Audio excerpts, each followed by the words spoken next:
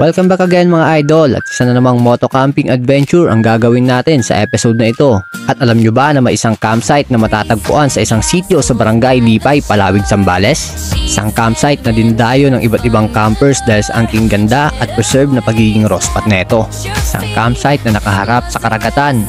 Kapag tinitigan mo ay unti-unti kang yayakapin ng katahimikan at tanging kapayapaan ang dadaloy sa iyong isipan. Isang campsite na bawal ang malalakas na speakers, video okay, at may quiet time pagdating ng gabi. Perfect na perfect para sa ideal campsite na hanap natin. Kaya ano pa ang hinihintay natin? Tara at samahan nyo kami ni Jeric na mag-camping dito sa Camp Sitio Tangal. Tara, let's!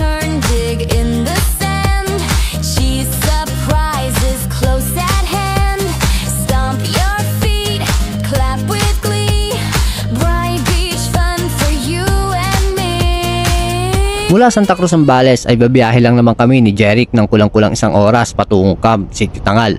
At dito sa boundary ng Candelaria at Masinloc magsisimula ang ating video. Ayan. Alright. So it's already 12:39 PM, no? Bali, today is November 6, 2025. Tara, bike! No? Pa ngayon, papasok na tayo dito sa Lewis Bridge. Yung sinasabi ng Lewis Bridge. Pero mas kilala to as Marcos Bridge. Ito talaga yung original na ano nito, pangalan. May kwento rin tong Marcos Bridge na to, no? Kung bakit magkaiba yung disenyo niyan. So welcome pala. Welcome ko kayo dito sa bayan ng Masinloc, Zambales. Para sa akin, dito yung pinakamatamis na mangga. Doon yun makukuha sa Barangay San Salvador, isang island barangay na nasasakupan din itong bayan ng Masinloc. Welcome to Barangay San Lorenzo, Masinloc, Zambales. Ang kahuli-hulihang barangay ng Masinloc. At pagkatapos nito ay aakyat na tayo dito sa Barangay Pangulinan, Palawig, Zambales. Ito na yung zigzag forest between Palawig and Masinloc. Pakaganda rito sa lugar na to. Pag dumadaan dito, napakalamig. Oh, ayan, oh, welcome to Palawig. We are now entering officially the municipality of Palawig, Zambales. Sarap dito sa part na to. Kaya nagmamaneo ka ako at dumadaan dito, hindi mo maramdaman yung init ng panahon dahil napakalamig sa lugar na to. Gawa ng mga puno na sobrang yayabong, buhay na buhay, di ba? Pangulinan Forest Park, 200 meters ahead. So, pwede siguro may campsite siguro dyan, no? Yung Forest Park na yan. Hindi pa natin napasok yan, eh. Siguro one time.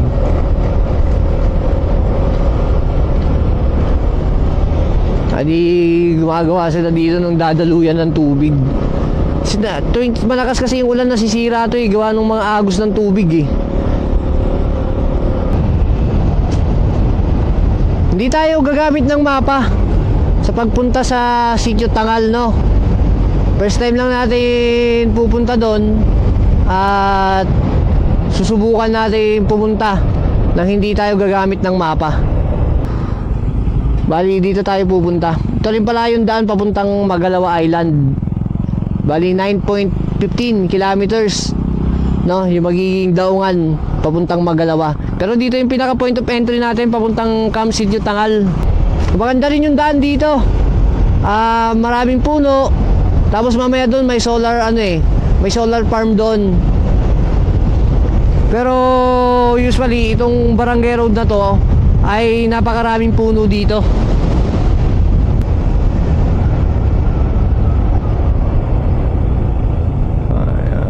Camp Sitio Tangal, CST, ibig sabihin yan. Ito papuntang ano to, town proper. Yan daan na yan pag lumiko ka. So diretso pa tayo. Meron silang ano dito, solar farm. Ayan, no? Dami.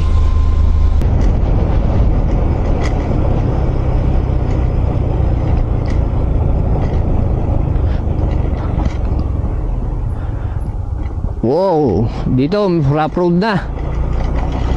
Oo. Hanggang saan kaya itong rough road na to?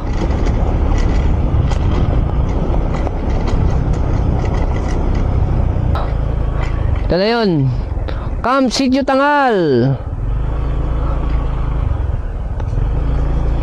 Susundan nyo lang yung mga tarpaulin na makikita ninyo, yung may abbreviation na CST. Ang ibig sabihin nun, Camp Sitio Tangal. Ayun o, diba? Mukhang hindi mukhang papasok ng gubat eh.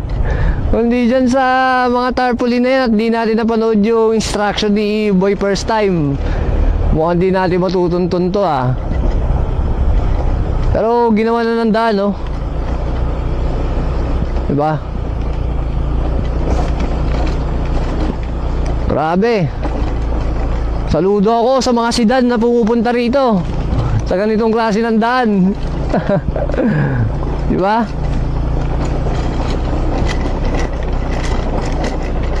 Nice. Bawat kanto merong ano, may tarpaulin na makikita.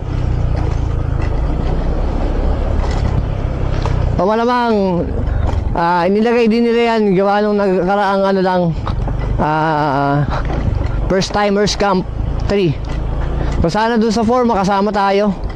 Hindi kasi sumasakto ng schedule natin sa trabaho eh. Yung off natin hindi tumutugma. Sayang.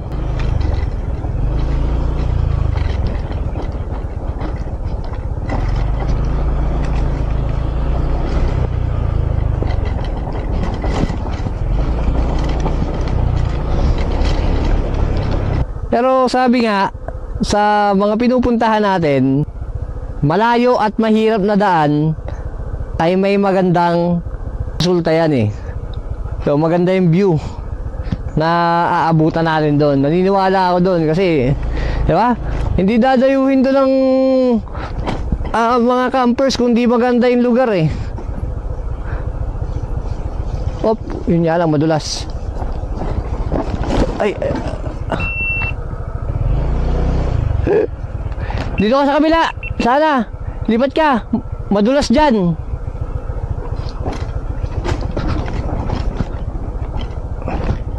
Hindi tayo basta pwede magpreno dun eh. Wow, doon na yun. May mga bakawan dito sa gilid oh.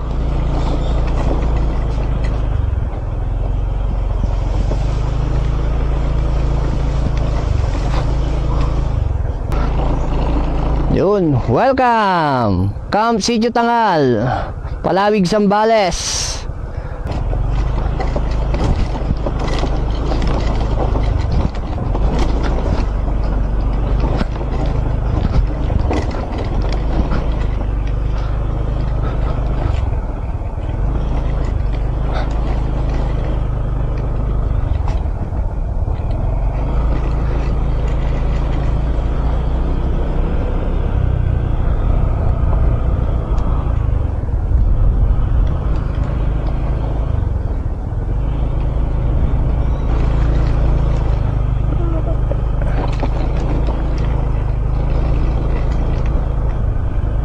Sino ang pwede natin kausapin dito?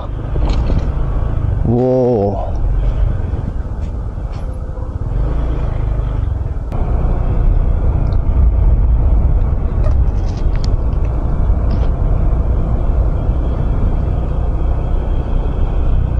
Stig. Sa kabila, mas maganda yung daan dito eh.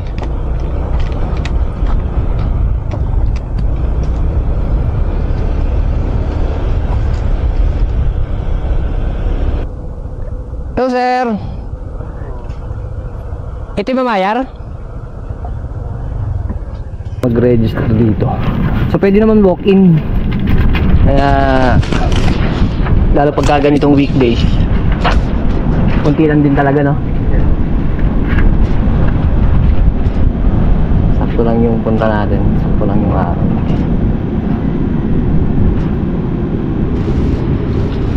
Bali, ilang days na yun? 3 days, 2 nights. 3 days and 2 nights na yung 200. Yes.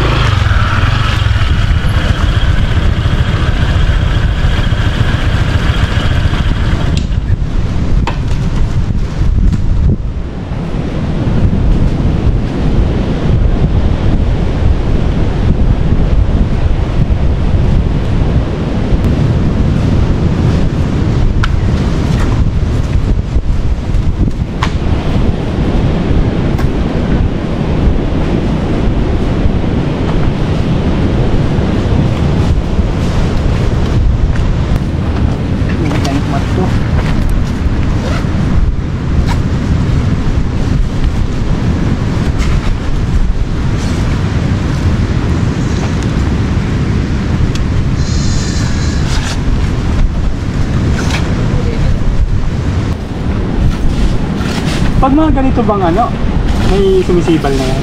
Ha? May sumisibal pa rin yan kahit may nakaka. Tribal. Ha? Tribal. Tara rito?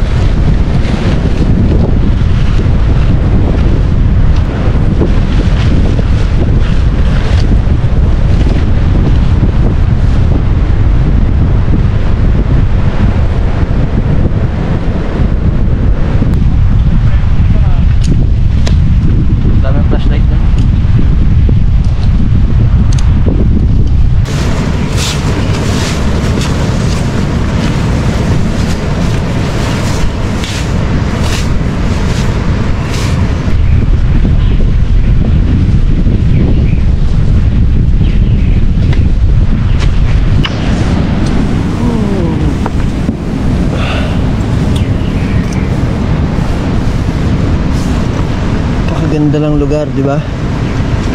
Sarap. Solid. dito ah.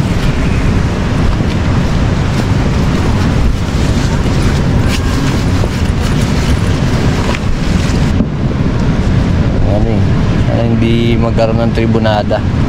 So medyo nararamdaman na yung lakas ng hangin dito. Tulad yan oh. Pero maano pa rin, tirik pa rin naman yung araw. Ayun si Jeric, nagawa pa rin ang kanyang tarp. Hayaan natin siya para matuto paano yung diskarte. Sinabi naman na natin sa kanya kung paano yung gagawin niya.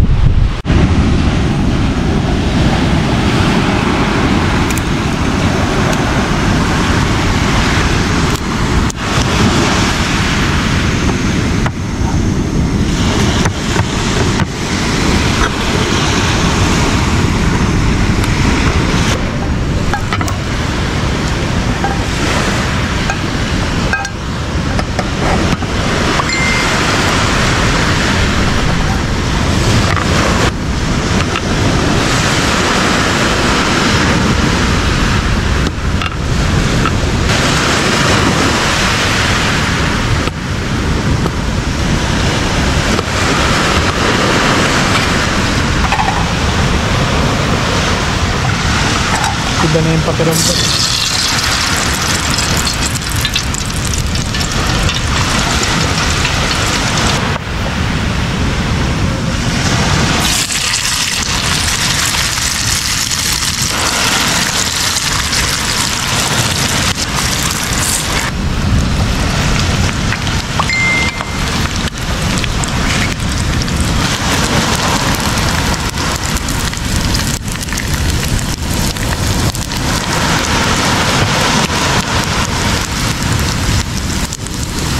natin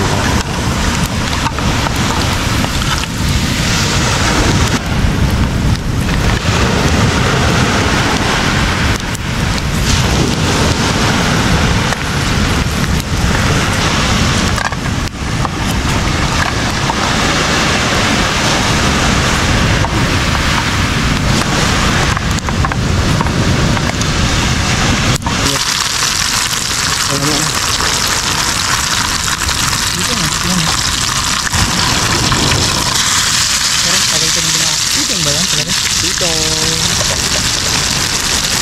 Yan ang isdang titong.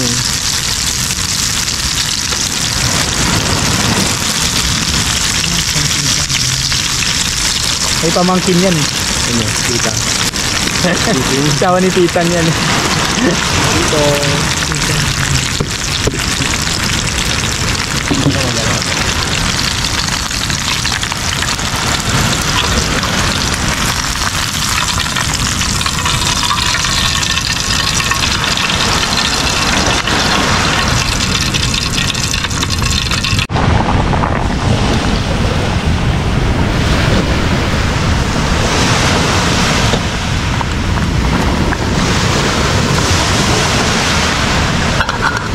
Maraming salamat sa biyaya at pagkain na pinagkaroon ko sa amin sa dito.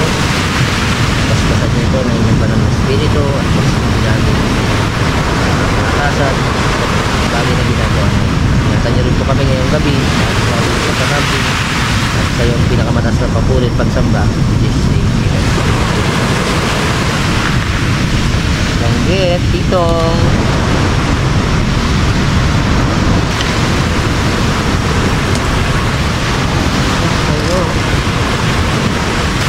Mga idol, kaya tayo mga idol. Mga idol, yung mga bertilaw. Sarap mga idol. Tignan, gumagapang pa yung mga ano, alimuo.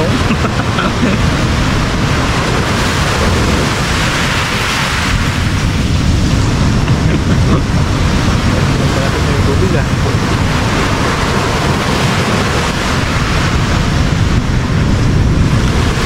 Yung pala, hindi pala ito kanal lang galing sa ulan. Galing ba? Kaya pa ba isang ano kako? Ano mapapay-doctor sa tayo?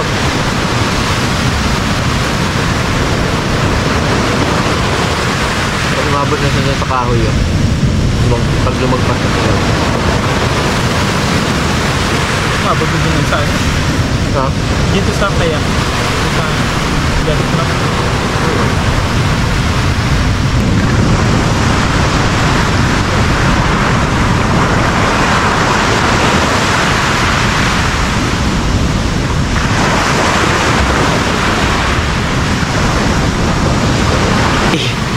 Ayan, katatapos natin kumain.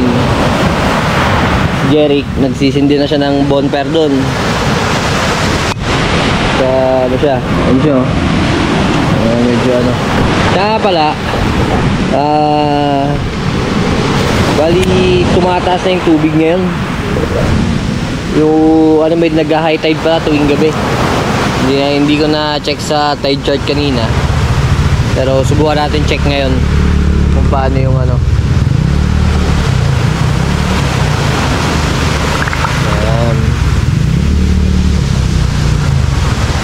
Tide chart, Palawig. Actually, dito kami tumitingin. Si Bro Rudy nag-introduce sa akin sa ganitong ano, paano tignan yung high tide sa low tide.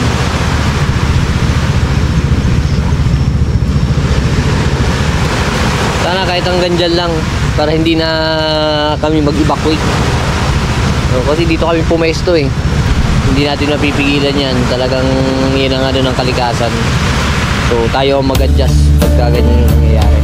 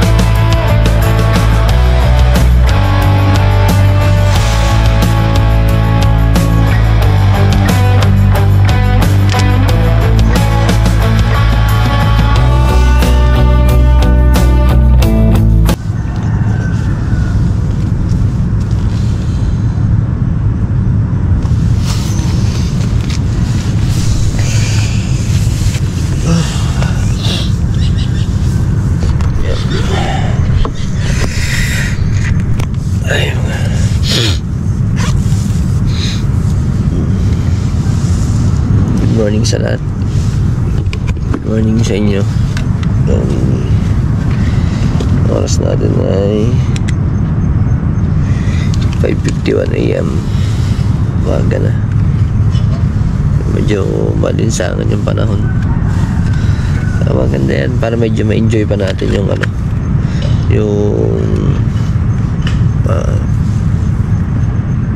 yung lugar dito sa Camp Sitio Tangal. Lalabas tayo, check natin yung ano, medyo mahina na yung dinig natin sa alon. Malamang umano na yan.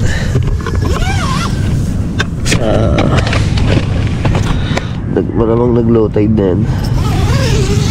Mahina na kasi. Ganda rito. Oras na rin ako na gano'ng kagabi. Tumambay pa ako dyan sa labas.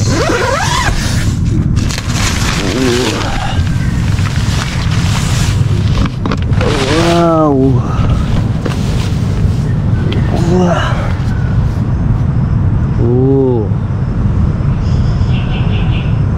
Grabe yun. Low tide. Ganda.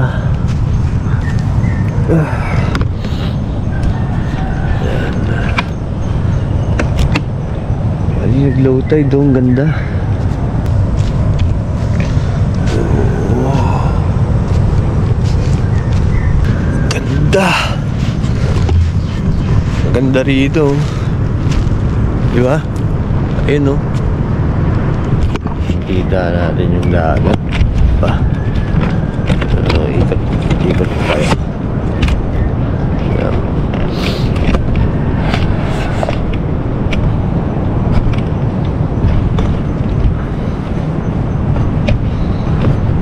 Ito natin yung 360 view itong lugar. Ito yung ano, pinaka 360 view natin dito.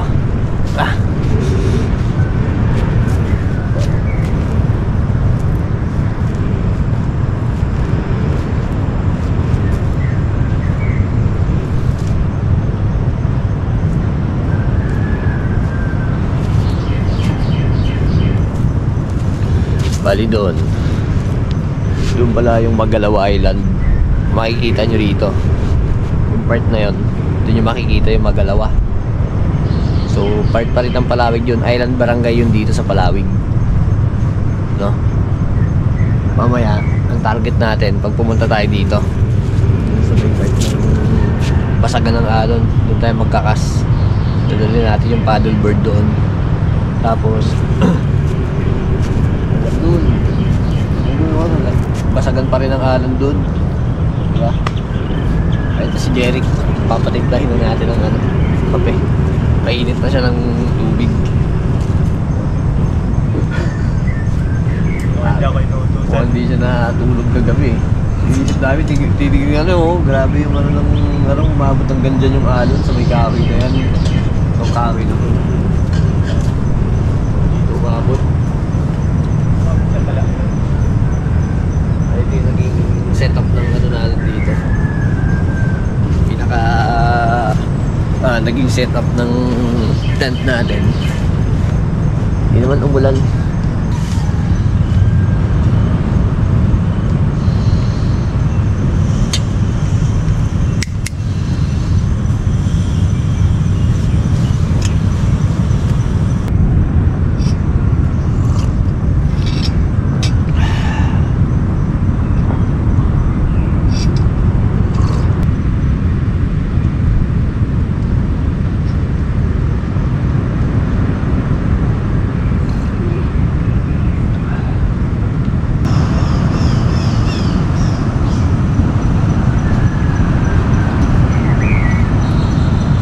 Biruin nyo kahapon, ang lalim talaga.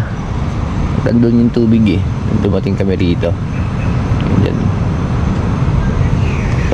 Excuse. Tapos kagabi yung pinaka peak nung high tide, umabot hanggang dito sa may kahoy na yan, yung maliit na kahoy lang naman natin yung tide chart dito sa Palawig ay lalabas na yan kung hanggang anong oras yung peak niya, tsaka kung ano yung susunod na low tide. Alas 5 eh, kaya kaninang alas 5 yung pinakasagad niya, kaya naglabasan yung mga bato na yan. Kaya unti-unti yun from 9 PM. Pag na-reach niya na, unti-unting bababa yung tubig hanggang sa kuha niya naman yung pinaka mababang level ng tubig kaninang alas 5. Ayan, naglabasan yung mga malalaking bato dyan. Ayan. Doon sa may binabasagan ng alon, batuhan pa din yan, kaya hanggang dyan na lang yung alon eh. Dyan yung pinakabahura. Pagdating doon sa bato, pipigilan na ng mga batong nandyan yung pagpunta ng malalaking alon dito. Doon bakas na lalaki ng alon doon. Ayan, sasabak na naman kami ni Jeric sa catch and cook. Hindi daw kakain ng almusal pagka walang huli. Ayan, nagsasablak pa si Loco. Takot na takot umitim eh. Bali alas 6 na ng umaga. Low tide, punta natin yung basagan ng alon doon. Dahil sa kabila nun. Ito, bit-bit natin yung paddleboard natin. Lalakad tayo papunta doon. Bilang dako nung basagan ng alon. Aw, medyo masakit nga lang yung bato sa paa. Ito lang tubig oh. Diba? Tutulis ng bato. Mga corals. Ganda oh. Diba? Taas ng alon dito. Dito na mismo sa may bahura. Hindi na kami nag-attempt na dyan. Lumataas na uli yung tubig.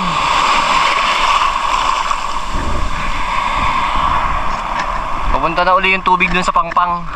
Walang susuko sa pagkas.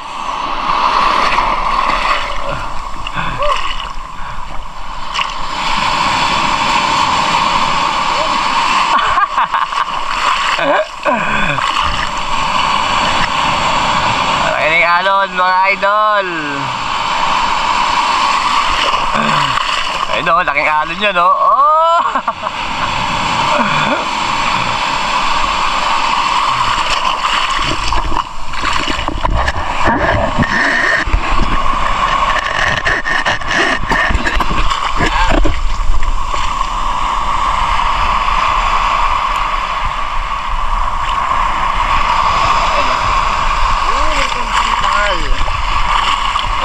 Low tide ngayon.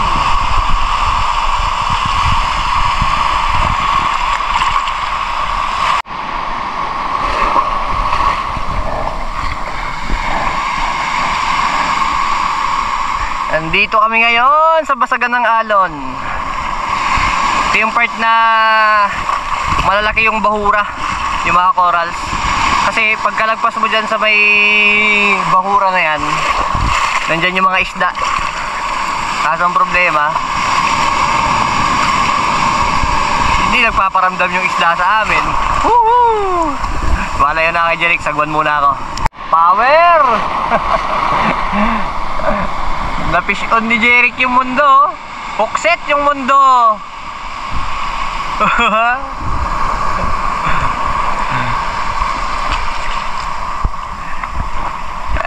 Ayan, hookset si Jeric oh. Yung na-hookset niya, yung planet Earth. Aye. Pitik-pitikin mo lang. Pitik-pitikin mo para mawala yung lure. Makawala sa bato. Ikaw ba naman, mundo ang iangat mo, hindi ba putol yung rad mo? Nabalian ng rad si Jeric oh. Pakita mo, may napala pa. Nasugat pa siya oh. Tingnan ganun talaga, buhay ng angler yan. Eh hindi naman masyado masakit, gawa ng surplus yung mo, di ba?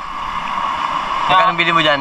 Sa rad Actually mo? binigay lang to kaya Hindi masyado masakit. hindi masyado masakit. At meron pa naman pamalit doon. Yun nga lang, di natin dala. Yun lang, dapat nagdadala ka ng extra rod mo.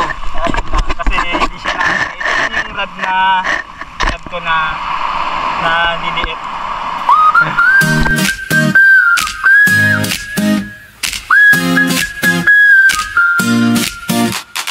Breeze and castles by the shore. She said adventure, fun galore. Cheddar waves lap at your feet. Mozzarella seas are oh so sweet. Bree Beach Bonanza, spin around. Cheesy fun is all around. Bree Beach Bonanza, jump and play. Cheese excitement lights the way. Twist and turn, dig in the sand. Cheese surprises close at hand. Stomp your feet, clap with glee. Bright beach fun for you and me. Bree Beach Bonanza, spin around. Cheesy fun is all around. Bree Beach Bonanza, jump and play. Cheese excitement lights the way. Yan. Mission failed si Jeric. Hindi namin natawid yung yung basagan ng alon. Hindi, mahirap na rin kasi mag-take fish. Medyo delikado na, lumalaki na yung alon, gawa ng pataas na rin yung tubig, mag-high tide na uli. Punta tayo dito para mag-enjoy, hindi magkaroon ng casualty. Ay, Rico.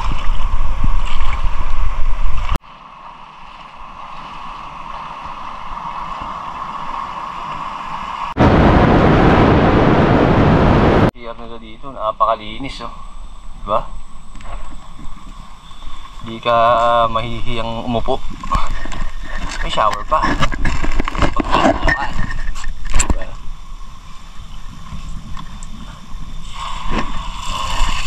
Diba?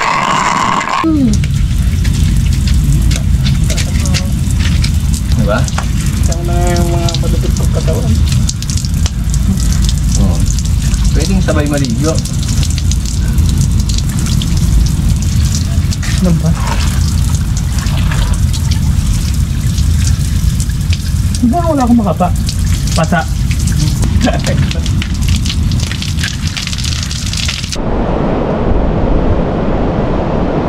Ayan tayong taho.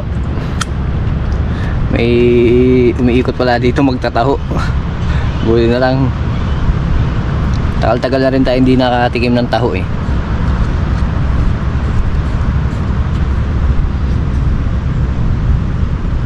O galing na tayo kanina na nag-fishing.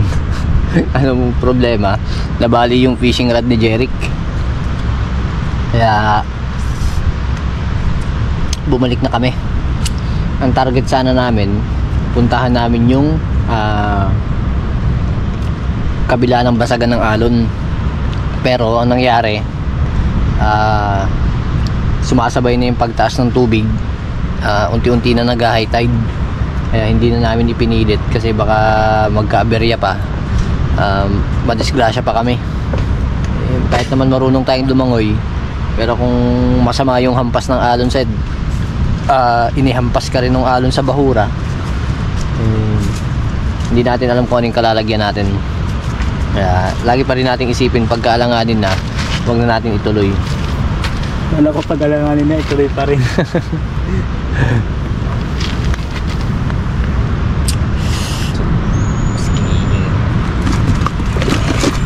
Dala tayo ng itag tsaka kiniing.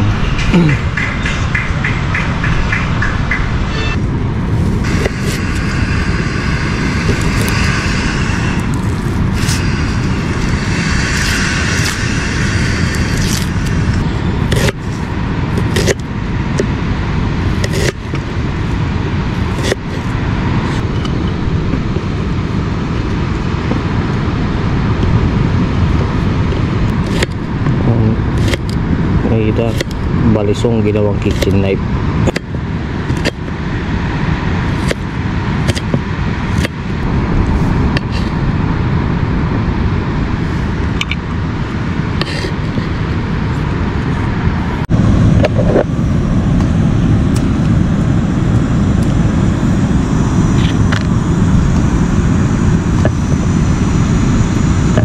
yung itag na nabili natin sa Maliko.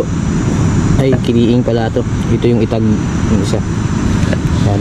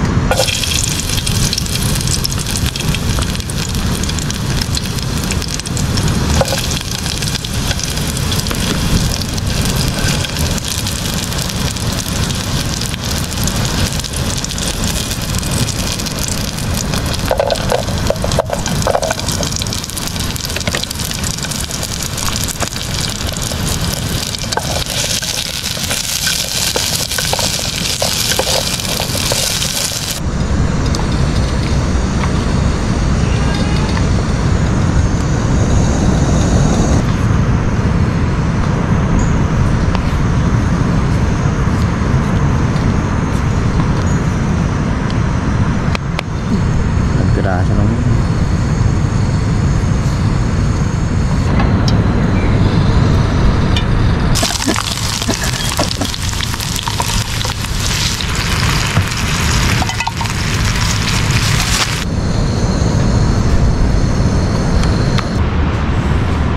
Guys, like you see me.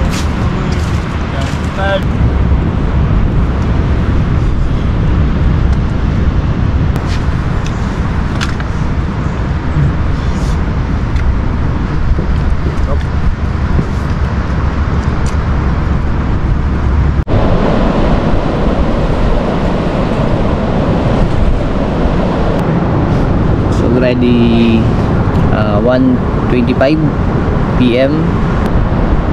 Hirap umalis dito. Ganda kasi yung lugar. Tapos napakatahimik. Sarap magmuni-muni dito.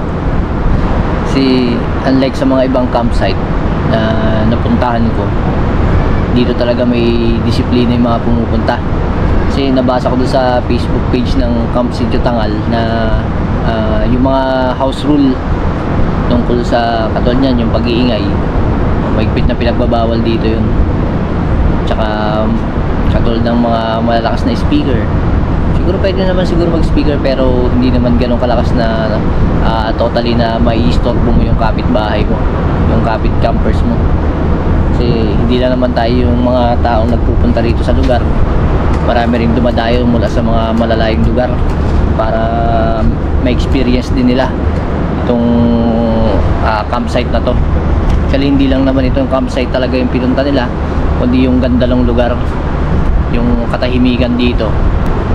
Siguro medyo matatagalan bago ko ma-upload to, pero kung mapapanood nyo ngayon to, late na, siguro weeks na rin yung lumipas bago ko ma-edit to. Ang dahilan niyan is busy tayo sa trabaho, tapos tambak din tayo ng mga content, mga videos na kailangan nating i-edit. Actually meron nga akong in-skip na dapat i-edit na mas nauna.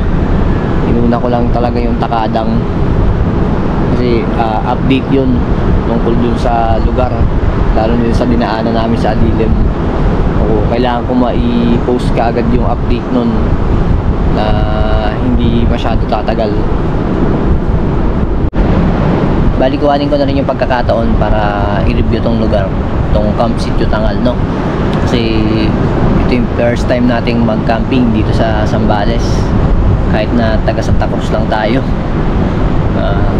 Sabi ko nga kagabi, ang dahilan talaga lang ng kung bakit ako hindi nakakapag-camping dito sa Zambales kasi wala ako nakakasama na taga rito para magpunta or i-explore ng lugar.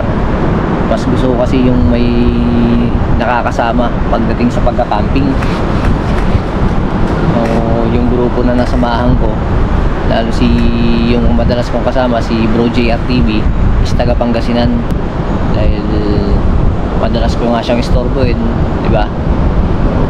Yun. Tapos ito si Jeric, lately sumasama na yan. Yung unang camping namin sa